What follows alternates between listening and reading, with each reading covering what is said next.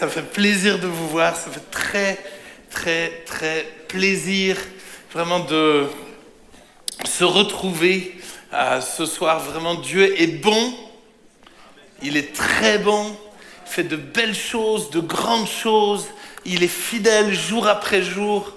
Il y a quelques semaines de ça, alors que je termine une réunion et puis quelqu'un vient me voir et puis il me dit « Thibaut, je te donne une voiture. » Et moi je le regarde et je dis « Mais j'ai pas besoin d'une voiture. Pourquoi tu veux me donner une voiture alors que j'ai pas besoin de voiture? C'est pas logique. » Et sur le coup, je savais pas trop comment réagir, quoi faire. Puis j'ai dit « Merci, écoute, si je garde l'info en stock au cas où. » 3 jours après, ma voiture tombe en panne. Et je peux pas l'expliquer, mais qu'est-ce que j'ai senti l'amour de Dieu? De voir qu'avant même que j'ai un problème, il avait déjà préparé la solution. Avant même que j'ai un problème, il a déjà préparé la solution. Quel que soit ton souci, il est déjà au courant et il a déjà préparé la solution.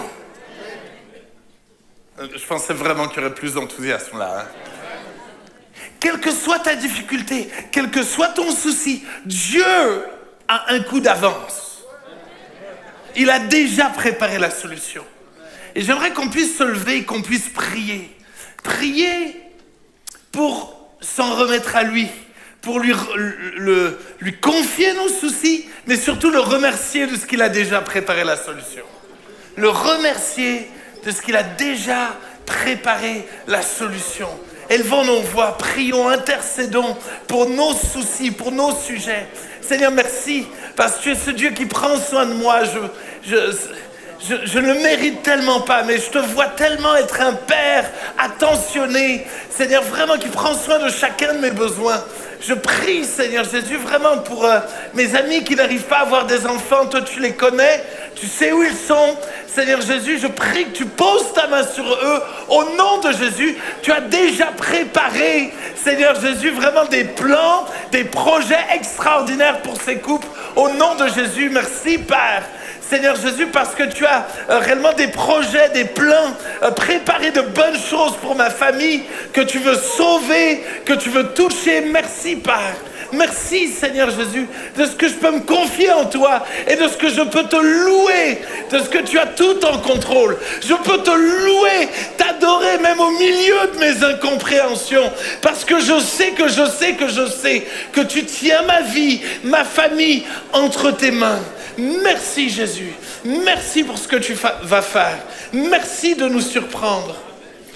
Merci de nous surprendre au nom de Jésus. Amen. Amen. Vous pouvez vous asseoir, prendre place. Ce soir, je vais parler de Amazing Grace. Eh oui. Et je me réjouis de continuer de vous parler de l'excellente, abondante, extraordinaire grâce de Dieu. Cette grâce qui n'est pas de la théorie. Cette grâce qui n'est finalement pas juste le titre d'une série. Cette grâce qui agit dans les vies. Et j'aimerais inviter Joanne à venir vous partager comment cette grâce extraordinaire de Dieu a changé sa vie, a bouleversé sa vie.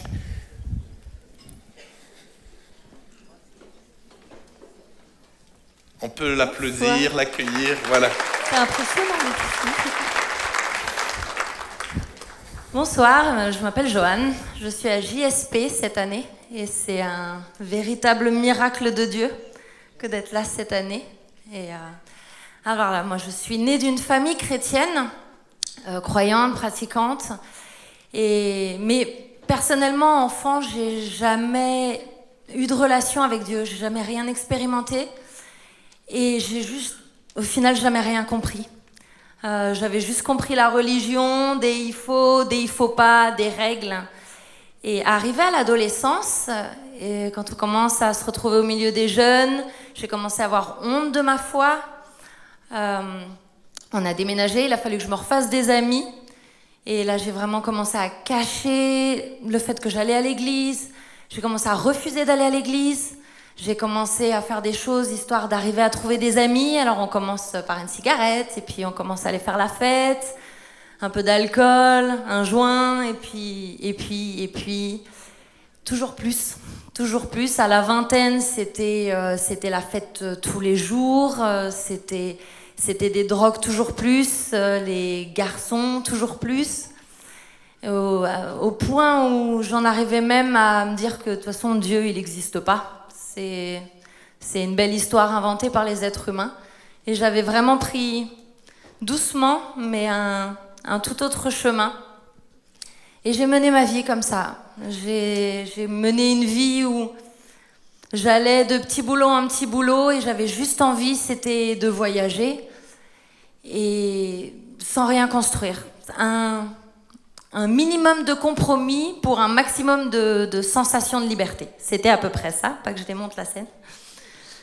Et voilà, et j'ai mené toute ma vingtaine comme ça, un peu insouciante et juste très très loin de Dieu. Mes parents continuaient à prier pour eux, donc tous les parents qui connaissent ça, ça sert. Et jusqu'au jour où je me suis même retrouvée dans mon insouciance à me mettre avec un garçon qui s'est avéré très violent, avec lequel je prenais encore plus de drogue et au point où la chose ne devait pas arriver, je suis tombée enceinte. Et là, le monde dans lequel on est, on te dit, Joanne, de toute façon, t'as qu'une solution, c'est évident, tu peux pas le garder, cet enfant. Donc, je ne l'ai pas gardé, j'ai avorté. Et là, ça a été le début de la chute libre. Je m'en suis juste jamais remise. Il y a vraiment juste quelque chose qui est mort en moi. Et j'ai commencé à vraiment tomber en déprime. Et là, le Seigneur, à ce moment-là, a commencé à me remontrer qu'il était là. Par des gens qui ont commencé à me faire montrer que peut-être un Dieu existait. Et un jour, un ami chrétien qui vient me voir et qui me dit « L'année prochaine, tu seras une princesse ». Bon, une princesse, on n'y croit pas trop, hein, surtout pas quand on est en bas. Et l'année qui a suivi, quoi que je fasse, où que j'aille, tout le monde m'appelait princesse. Je pouvais aller au supermarché du coin, à la caissière me disait « Bonne journée princesse », chose qui n'arrive normalement jamais. Les passants dans la rue m'appelaient princesse. Bon, là il y a peut-être quand même quelque chose. Mais je gardais quand même le cœur assez fermé. Mais c'est pas grave, le Seigneur continuait de travailler, il avait tout prévu. Et le jour arriva où mon frère eut son premier enfant. Et là, c'est pareil. Là, ça a été un déchirement parce qu'on se retrouve face à sa réalité. Et je me disais, en même temps, je suis trop contente pour mon frère.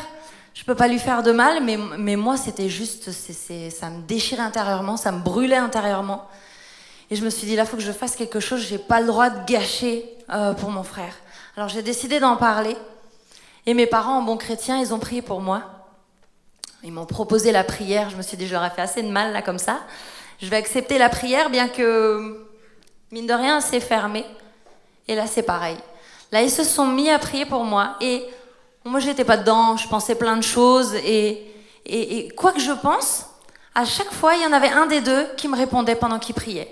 Et pendant 1 heure, tout ce que j'ai pu penser, mes parents étaient en train de prier et me donnaient la réponse à ce que j'étais en train de penser. Voilà, c'est le Seigneur dans ses petites touches. Et ce soir-là, j'ai capitulé. J'ai fait « Ok, Jésus, je veux savoir qui tu es. Montre-moi qui tu es. » Et ce soir-là, j'ai enfin compris cette histoire de croix. et que Jésus, tu t'es donné, c'est pour tout ce que j'ai fait là depuis 17 ans comme bêtise. Il y a tout d'un coup une espérance et vraiment une révélation. Et depuis, il n'y a plus rien qui est pareil. Je me souviendrai toujours le lendemain matin.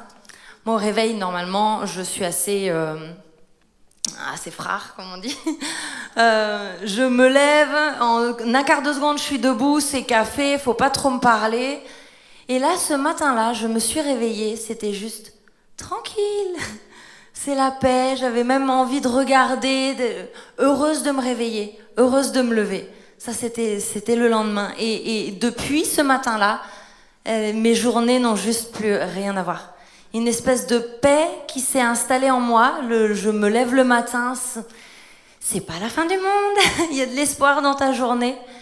Et le Seigneur, petit à petit, ça a rien qui était radical, mais petit à petit, le Seigneur, il a commencé à me délivrer de choses, j'avais même pas remarqué que j'étais attachée.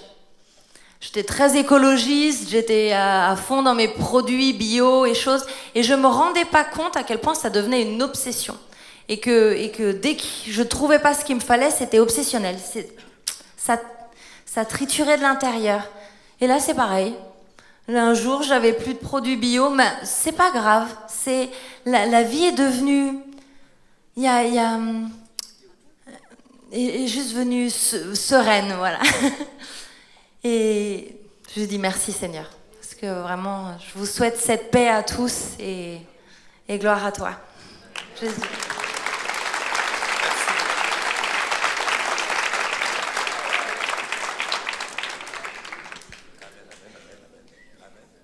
Amen. Sinon, je prends le micro là. Amen. Sinon, je prends le micro. Enfin, dernier test. Amen, amen. C'est bon. Merci beaucoup. Waouh! De voir la patience de Dieu. La grâce de Dieu. Peu importe ce que tu as pu faire, cette grâce extraordinaire de Dieu est capable d'effacer tous tes péchés. Il n'y a rien que tu aies pu faire que Dieu ne puisse réparer. Absolument rien. Il t'aime tellement qu'il te poursuit. Et si tu es là ce soir, c'est parce qu'il continue de te poursuivre. Parce qu'il t'aime. Il connaît exactement tes soucis, tes inquiétudes. Il connaît toutes tes addictions, même si c'est l'écologie. Quelles que soient tes addictions, quelles que soient les choses qui t'ont rendu esclave, la grâce de Dieu est toute puissante. Amen. Le titre de ce soir, c'est Amazing Grace et la présence de Dieu. Et j'aimerais que nous puissions voir le lien entre la grâce extraordinaire de Dieu et la présence de Dieu. Nous allons étudier 2 textes et ensuite on va réfléchir dessus. Hébreux 4, verset 16. Hébreux 4, verset 16 dit... Waouh! Approchons-nous donc avec assurance du trône de la grâce, afin d'obtenir miséricorde et de trouver grâce pour être secourus dans nos besoins. Exode 33, des versets 1 au verset 23. Exode 33, des versets 1 au verset 23. Prenons attention à la parole de Dieu afin qu'elle puisse nous parler. L'Éternel dit à Moïse, « Va, pars d'ici, toi et le peuple que tu as fait sortir du pays d'Égypte. Monte vers le pays que j'ai juré de donner à Abraham, à Isaac et à Jacob, en disant, je le donnerai à ta postérité. J'enverrai devant toi un ange et je chasserai les Cananéens, les Amoréens, les Héthiens, les Phéréziens, les Héviens et les Jébusiens. Monte vers ce pays où coule le lait et le miel. Mais je ne monterai point au milieu de toi, de peur que je ne te consume en chemin, car tu es un peuple au cou raide. » Lorsque le peuple eut entendu ces sinistres paroles, il fut dans la désolation, et personne ne mit ses ornements. Et l'Éternel dit à Moïse, « Dites aux enfants d'Israël, vous êtes un peuple au cou raide. Si je montais un seul instant au milieu de toi, je te consumerais. Ôte maintenant tes ornements de dessus toi, et je verrai ce que je ferai. » Les enfants d'Israël se dépouillèrent de leurs ornements en s'éloignant du mont Horeb. Moïse prit la tente et la dressa hors du camp à quelque distance. Il l'appela tente d'assignation. Et tous ceux qui consultaient l'Éternel allaient vers la tente d'assignation qui était hors du camp. Lorsque Moïse se rendait à la tente, tout le peuple se levait. Chacun se tenait à l'entrée de sa tente et suivait des yeux Moïse jusqu'à ce qu'il fût entré dans la tente. Et lorsque Moïse était entré dans la tente, la colonne de nuée descendait et s'arrêtait à l'entrée de la tente. Et l'Éternel parlait avec Moïse. Tout le peuple voyait la colonne de nuée qui s'arrêtait à l'entrée de la tente. Et tout le peuple se levait et se prosternait à l'entrée de sa tente. L'Éternel parlait avec Moïse face à face, comme un homme parle à son ami. Puis Moïse retournait au camp. Mais son jeune serviteur Josué, fils de Nun, ne sortait pas du milieu de la tente. Moïse dit à l'Éternel, « Voici, tu me dis, fais monter ce peuple. Et tu ne m'as pas fait connaître qui tu enverras avec moi. Cependant, tu as dit, je te connais par ton nom, et tu as trouvé grâce à mes yeux. Maintenant, si j'ai trouvé grâce à tes yeux, fais-moi connaître tes voies.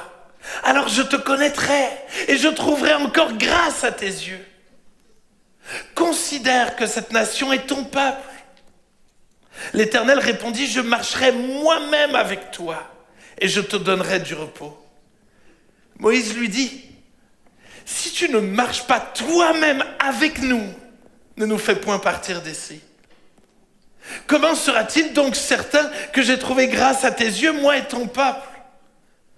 Ne sera-ce pas quand tu marcheras avec nous et quand nous serons distingués, moi et ton peuple, de tous les peuples qui sont sur la surface de la terre? » Alors l'Éternel dit à Moïse, « Je ferai ce que tu me demandes, car tu as trouvé grâce à mes yeux et je te connais par ton nom. » Moïse dit, « Fais-moi voir ta gloire. » Alors l'Éternel répondit, « Je ferai passer devant toi toute ma bonté et je proclamerai devant toi le nom de Dieu, Yahweh.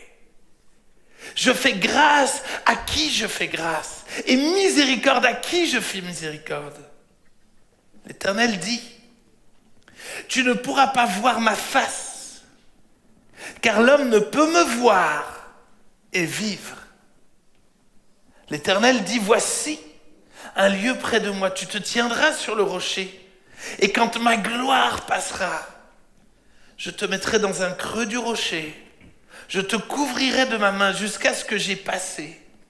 Et lorsque je retournerai ma main, tu me verras par derrière, mais ma face ne pourra pas être vue. » Waouh! Quel moment! Je sais pas, est-ce que quelqu'un aurait aimé être avec Moïse à ce moment-là? Oh, punaise! Un moment extraordinaire. Un moment extraordinaire. Mon premier point, c'est la présence de Dieu est trop dangereuse. Dans le texte, il va commencer par dire, « Monte vers ce pays où coule le lait et le miel, mais je ne monterai point au milieu de toi, de peur que je te consume en chemin. Car tu es un peuple au cou raide. » Dieu lui-même dit, « Les gars, est-ce que vous êtes vraiment sûrs que vous voulez que je sois avec vous? Parce que si je suis avec vous, vous êtes en danger. À cause de votre orgueil, à cause de votre dureté, à cause finalement de votre sale caractère, à cause de vos péchés, c'est dangereux pour vous que je sois au milieu de vous. » Dieu lui-même dit, « Les gars, est-ce que vous êtes sûrs que vous voulez que je sois au milieu de vous? » Il est dangereux d'être dans la présence de Dieu, car Dieu est tellement saint, tellement parfait, tellement puissant, glorieux. Et nous, on est un peu différents. Tellement têtus, tellement méchants, rebelles, tellement orgueilleux, égoïstes.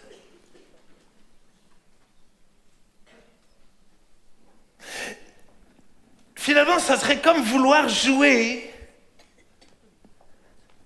avec une bombe nucléaire.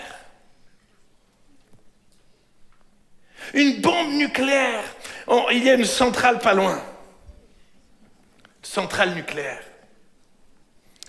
Si tu veux, je te conseille de ne pas le faire.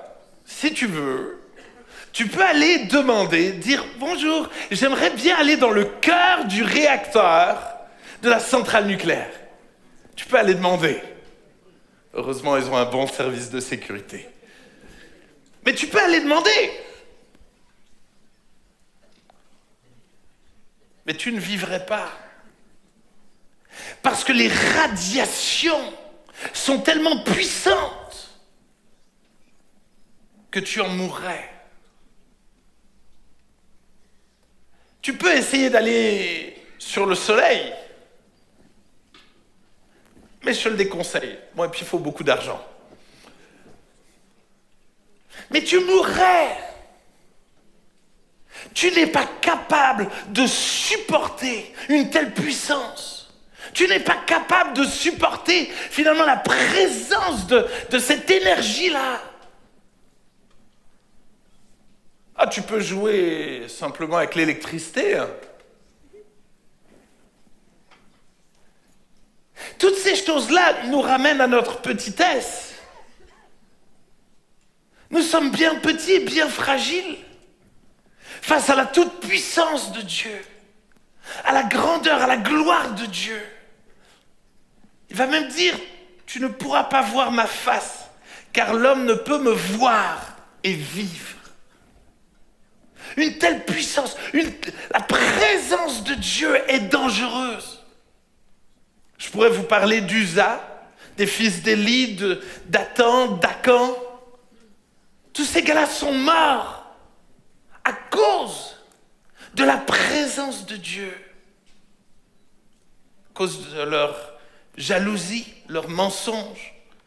Ils sont voleurs, rebelles. La Bible dit, Romains 3, verset 23, car tous ont péché et sont privés de la gloire de Dieu.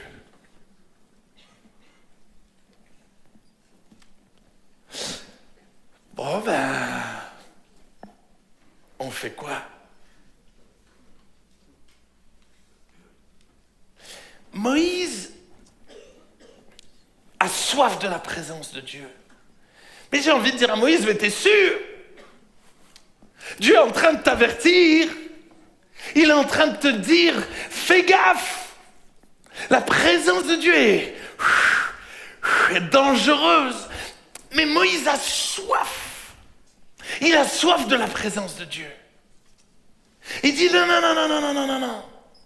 Tu ne m'envoies pas dans le pays promis si tu ne viens pas avec. Moi, ce que je veux, c'est ta présence. Ce qu'on a besoin, c'est ta présence. La bénédiction ne sert à rien sans Dieu. On ne veut pas du pays promis sans le Dieu de la promesse. Je ne veux pas de guérison sans relation avec Dieu. Je ne veux pas parler de Dieu sans la présence de Dieu. Je ne veux pas d'emballage d'oasis sans oasis à l'intérieur.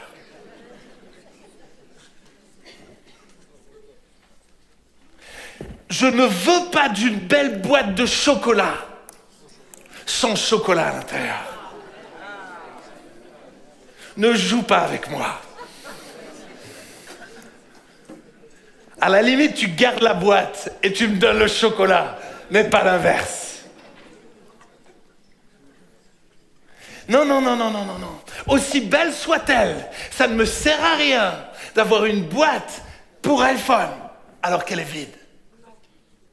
Je n'en veux pas, ça ne me sert à rien, et je pense qu'il est grand temps de la jeter. Parce que ça ne sert à rien. Et j'ai peur que parfois, dans l'Église, on s'est tellement attaché à l'apparence. On fait comme si c'était de l'oasis, mais l'oasis n'est plus là. On fait comme si Dieu était là, mais Dieu n'est plus là. On fait tout pareil, mais Dieu n'est plus avec nous. J'ai peur que des fois, on tombe facilement dans la religion. On est capable de gérer des réunions, capable de prêcher, capable de faire des temps de louange. Mais Dieu n'est plus là. Dieu n'est plus là. En apparence, tout est là. Mais Dieu n'est plus présent. J'ai peur de voir trop d'églises, trop de chrétiens. Finalement, vivre une vie superficielle avec Dieu. On prie, mais Dieu n'est pas là. Mais on s'en fout qu'il soit là ou pas. L'essentiel, c'est de faire notre petite prière pour assouvir notre désir de performer notre religion. On lit la Bible, mais on ne s'intéresse pas à ce que Dieu soit là quand je lis la Bible. L'essentiel, c'est que je lise ma Bible parce qu'il faut que je lise ma Bible. Est-ce qu'on peut avoir une seconde d'honnêteté? À qui est-ce que c'est déjà arrivé de faire ça?